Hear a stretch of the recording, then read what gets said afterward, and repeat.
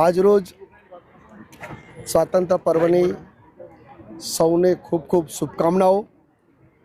સૌ સાથે મળીને સમગ્ર દેશવાસીઓએ આજે ખૂબ જ મહત્વપૂર્ણ અને જેમણે અનેક લોકોએ શહીદી વહોરી આ દેશને આઝાદ કર્યો છે અને એવા આઝાદી દિને આજે સૌને ફરી જેમણે શહીદી વહોરી છે એવા દિવંગત આત્માઓને વંદન કરું છું અને સૌને આવનારા સમયની અંદર આ દેશ જે રીતે દેશના યશસ્વી વડાપ્રધાન મોદી સાહેબે 2047માં વિકસિત ભારતના સંકલ્પ સાથે કામ કરવાની શરૂઆત કરી છે, ત્યારે સૌ જન આમાં જોડાય અને આગામી સમયમાં આપણા દેશને વિકસિત ભારત બનાવવામાં સૌનો સહયોગ મળે એવી આજના દિવસે હું સૌને ખાસ કરીને મારી વાત સકી એમને મેસેજ પણ આપવા માગું છું। આવો સાથે મળી અને આપણે આ ગૌરવશાળી દિવસને વધારે ગૌરવશાળી બનાવીએ।